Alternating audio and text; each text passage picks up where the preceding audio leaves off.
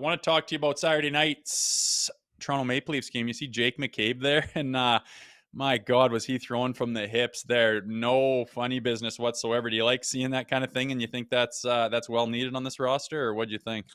Yeah, I think that's been, we've seen in the past. Alex Tuch, first of all, protect yourself. Yes. That's a bomb. Listen, we've both fought a lot over the years.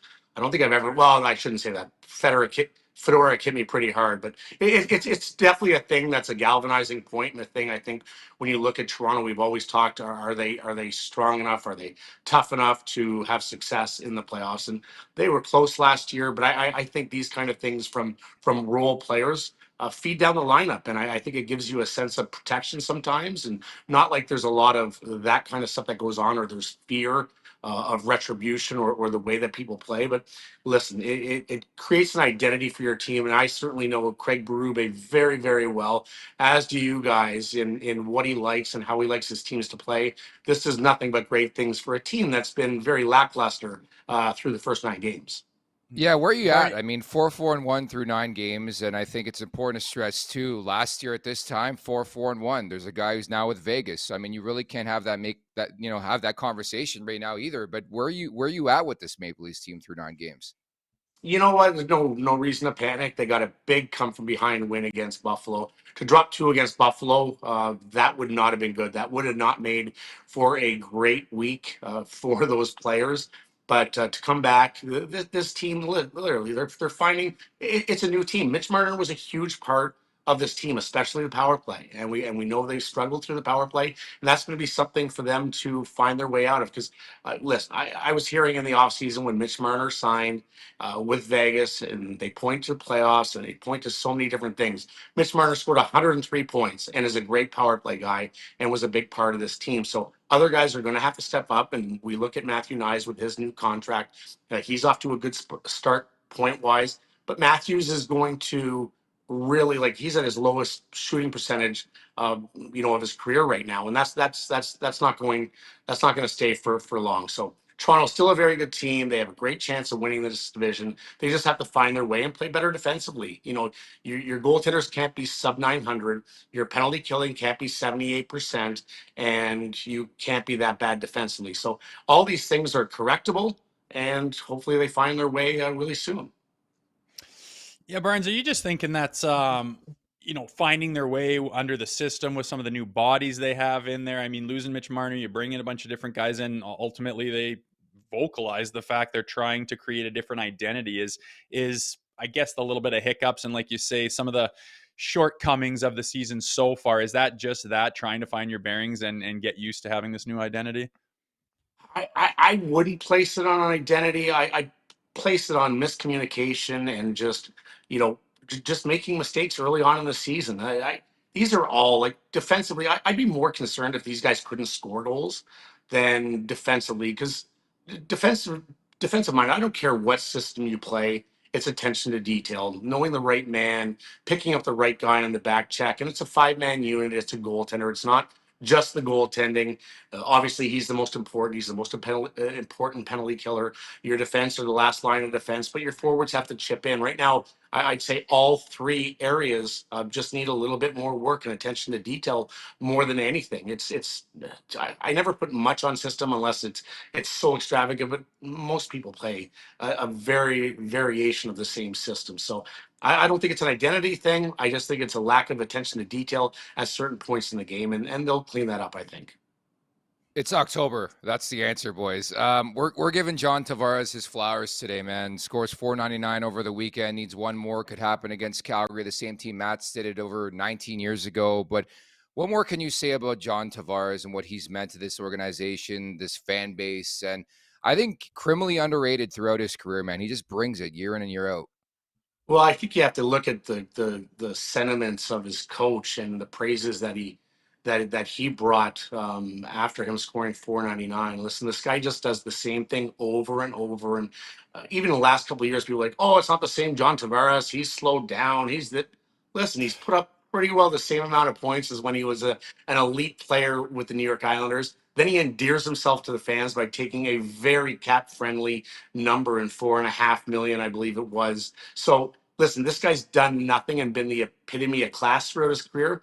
He's exactly like his interviews. He's boring, very boring, but he's a great boring because he probably comes to the work. He probably comes to the ice every single day, puts his skate on the exact same way, works out the exact same way, goes through his methodical routine every single day. He's boring, but it works, and he is the epitome of just being consistent. And I think, for young players, and Jay can attest to this, coming into the league, the hardest thing is finding consistency on every single day. Being the same player every single day. Because you see guys come up from the minors and they're really good players and they're great one night and then they're putrid the next. And then they're great and then they're putrid. And that's just not the way to have a long career in the National Hockey League. And listen, John Tavares is the model of consistency. And I think that's the greatest part of his game. Yeah, and speaking of the team in general, they've in the past had a lot of regular season success and just never amounted to anything in the playoffs worth talking about. They've tried to make the changes to make them more playoff ready. Which players do you think are more playoff style of players that are going to make a difference, and which ones do you think need to step up and become a little bit more that way? Well, I think Matthew Nyes, and I think you look at Domi. I think you look at guys that it's different. It's a totally different game. There's no sport that changes completely differently than the National Hockey League. NFL, you could take week 6 and you could put it in the Super Bowl. It's the same game. It's physical. It's fast. It is what it is, but it doesn't change much. Baseball, there's a little bit more hype, but it's the same game.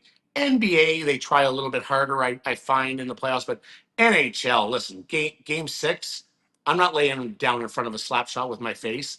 But if you put me in a playoffs, I'll do anything to get that win. So you look through your third, fourth line guys that are like pieces to adding to a top line. But Matthew Nyes is one of those guys that I think is going to just keep getting better and better. Max Domi has to be better than he is right now.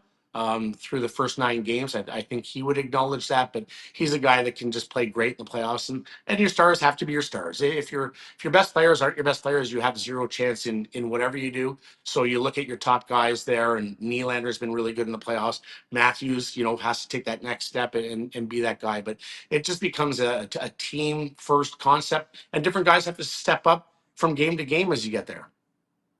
What's the key to staying engaged and playing that type of style without burning out? Because I think we can all agree in this conversation, I don't think it's sustainable to play the Berube way every game. And I think there's going to be ups and downs throughout this season.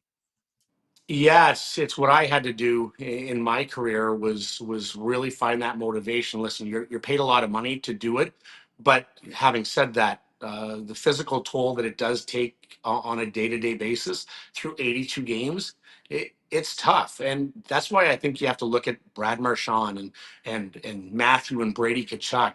These guys bring it on a Tuesday in Anaheim, and I think that's really commendable because it's a really, really tough thing to do. So it's a mindset, it's a focus. And listen, I don't want my star players lying down in front of a slap shot in game 23.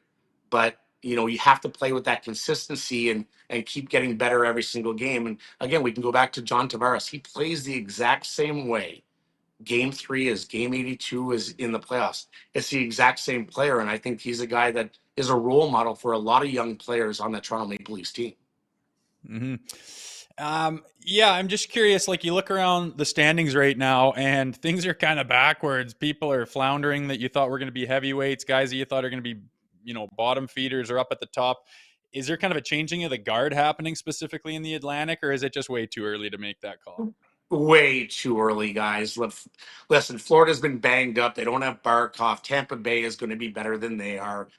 Buffalo, they're going to be a bottom feeder, even though they've turned it around a little bit. And scared the Leafs on back-to-back nights, but it's way too early. Let's get to the 25 game mark, and then we can start having these conversations about who's where, who's there. Look at Boston off to a 3-0 start, and everyone's like, "Oh my God, I didn't expect this." I didn't expect it. They've come back to reality. They'll probably lose tonight in Ottawa. It takes a little bit of time and to sort it all out, but you know the cream rises to the top and everything fails after. I think we'll see that coming. The one team I am really excited to see where they go and if they continue is Detroit, because I've watched a lot of their games this year and they have been so much better. And they're a team we're expecting to take that next step. And the Montreal Canadiens as well in the Eastern Conference. They've been really good. I've been to 2 of their games, and they're a fast, dynamic team and fun to watch. So, Barney, just to wrap, and it's never too early to talk about the trade deadline, even though it's October 27th. But if you're running this Leafs team, what's the one ingredient you're looking forward to adding between now and the deadline?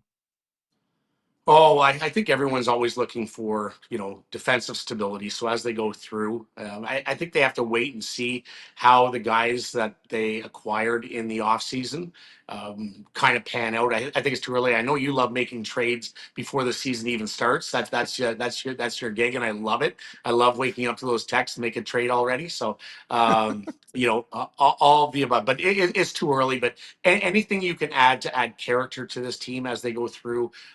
Guys that aren't going to change their style when they get in the playoffs, and big bodies. You look at teams, and we could say that the league has went smaller, and it has. But you can give me guys that can skate and that are big and physical as we get through to the tough times when the game is totally different. Those are guys that I like to add. Tell you what, Barney, I'm going to miss the overreaction in October. I've been covering this team for X amount of years. It's just hilarious. It's hilarious to me. Every October last week, everybody, the sky's falling. They win, and now they're back on track. But I appreciate your time. We'll talk soon, bud. All right. Cheers, boys. Keep up the good work. Make sure to check out more of our content right here on the Leafs Nation YouTube page. We got long-form interviews. We got clips. We got epic rants by Jay Rosehill. We simply have it all. And don't forget, you can find out much more at theleafsnation.com. Thanks so much for watching.